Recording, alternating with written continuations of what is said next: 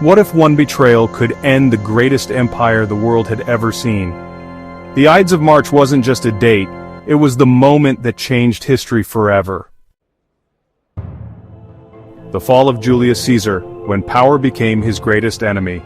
The streets of Rome buzzed with tension. Rumors swirled through the city like wildfire. Some whispered of a plot, others of an empire on the brink. But at the heart of it all was one man, Julius Caesar, Rome's greatest general, its most powerful ruler, and its most dangerous threat. Just a year earlier, Caesar had declared himself dictator for life, an unprecedented move in Roman politics. To his supporters, he was a visionary, a leader who had ended civil war and brought stability. To his enemies, he was a tyrant, a man who had betrayed the sacred republic in pursuit of absolute power. And power, as history has proven time and time again, breeds enemies. Among those closest to Caesar, discontent had festered into conspiracy. The Senate, once the heart of Roman democracy, now felt like a stage for his rule. Some senators, led by Brutus and Cassius, believed they had only one option: Caesar had to die, or the Republic would. As the Ides of March arrived, March 15, 44 BC, Rome awoke to an air of unease. That morning a soothsayer had warned Caesar, beware the Ides of March. His wife, Calpurnia, had been haunted by nightmares of his murder. Even his friend, Mark Antony, had sensed the danger, but Caesar?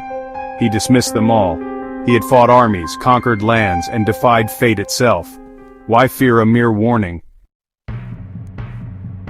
That afternoon he entered the theater of Pompey, the makeshift Senate chamber. The moment he stepped inside, the trap was sprung. One by one, the senators surrounded him. They weren't just politicians, they were executioners in waiting. Then, the first dagger struck. It was Casca who attacked first, slashing at Caesar's neck. In shock, Caesar fought back, trying to escape, but then came another strike, and another. 23 times the blades pierced his flesh, but it was the final blow that sealed his fate, not from a stranger but from Brutus, his closest friend, his most trusted ally. As the dagger plunged into him, Caesar uttered his last haunting words, "Et tu, Brute?"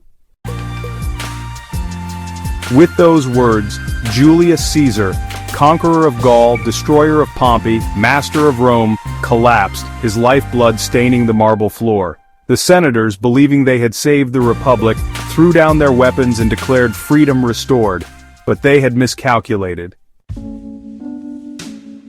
The people of Rome did not cheer. They did not welcome the Republic's return. Instead, they wept. Caesar had been their champion, their leader, and now he was gone. In the days that followed, chaos consumed the city.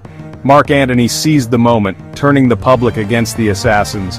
War erupted, Rome burned, and within a few years the very republic Brutus had tried to save was gone forever.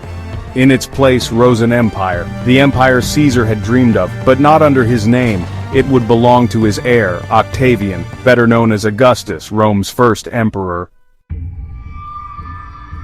Betrayal is a double-edged sword. Sometimes in trying to save something, you destroy it instead. Julius Caesar did not die on the Ides of March, he became a legend.